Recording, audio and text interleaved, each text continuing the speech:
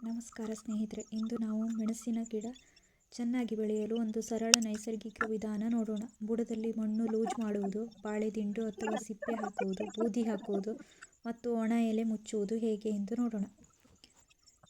ಇದು ನಮ್ಮ ಮೆಣಸಿನ ಗಿಡ. ಗಿಡ ಆರೋಗ್ಯವಾಗಿರಲು ಮಣ್ಣು ಗಟ್ಟಿಯಾಗಬಾರದು. ಆದ್ದರಿಂದ ಮೊದಲಿಗೆ ಬುಡದ ಮಣ್ಣನ್ನು ಸಡಿಲ ಮಾಡಬೇಕು. ಕೈಯಿಂದ ಅಥವಾ ಸಣ್ಣ ಕಡ್ಡಿಯಿಂದ ಅಥವಾ ಗೊದ್ಲಿಯಿಂದ ಪಿಕಾಸಿಯಿಂದ ಸುತ್ತ ನಿಧಾನವಾಗಿ ಮಣ್ಣು ಲೂಸ್ ಮಾಡಿ.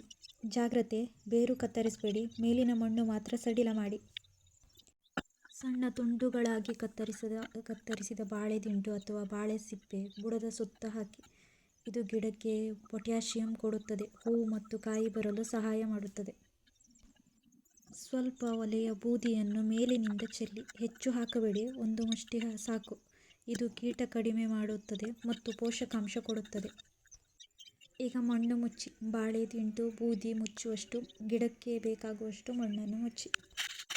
ಈಗ ಒಣ ಎಲೆಗಳನ್ನು ಬುಡದ ಮೇಲೆ ಮುಚ್ಚಿ. ಇದನ್ನು ಮಲ್ಟಿಂಗ್ ಎನ್ನುತ್ತಾರೆ. ಇದರಿಂದ ಮಣ್ಣಿನಲ್ಲಿ ತೇವ ಉಳಿಯುತ್ತದೆ ಮತ್ತು ಗಿಡ ಬೇಗ ಬೆಳೆಯುತ್ತದೆ.